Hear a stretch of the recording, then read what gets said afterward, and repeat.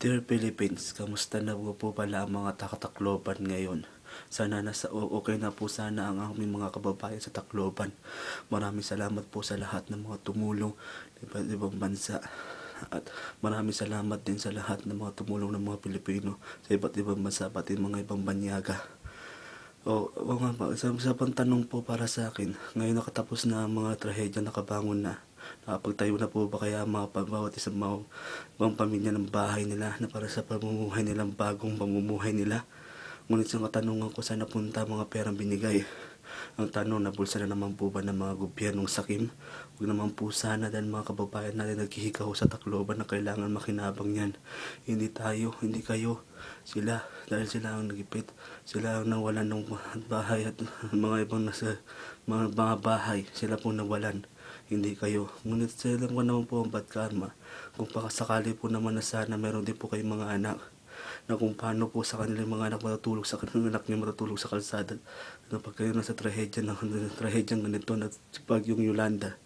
Buti salamat po tayo lahat, hindi tayo natamaan ng bagyong Yolanda, pero ang Tacloban na nakakaawa dahil lahat ng mga pananim at lahat ng mga kabahayan ay natumba. Ngunit isang patunay lang po na sana na tayo magkaisa at pag naibulsa mga pera na binigay ng mga iba't ibang bansa. Ngunit maraming salamat ulit. Ang akin lang po sa aking rap na to ay wala ko patpapatin na siraan ng mga gobyerno. Ngunit ang aking nakikita, tama lang ang aking nakikita, narinig at aking mga sinasabi. Kasi bawat katotohanan, noon pa bata pa lang ako, yan narinig ko, pagbabago para sa mga mahirap. Ngunit wala akong makitang pagbabago na aking naharap.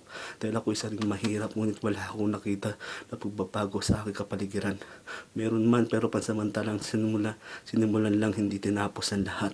Ngunit ngayon, sana naman ibigay niyo ang pera para sa mga tao na nasa tao sa Tacloban na nasalanta ng bagyong Yolanda. Maraming salamat po sa lahat ng mga makikinig ng rap ko. Ngunit ito lang po batid ko, hindi ko kayo sinisira ang mga gobyerno. Gusto ko lang kayo mag-isip sa katotohanan. At gusto ko lang din na kayo ay matutunan sa mga bawat sinasabi ng mga tao. Kailangan sana mahiharin kayo na sinasabihan kayo mga swapang at mga halimaw sa pera at nakaupo sa pwesto. Huwag naman po sana ganun, huwag natin idamay ang lahat na nakaupo na maayos ang pagpapatakbo sa gobyerno natin. Maraming salamat, break it down nyo.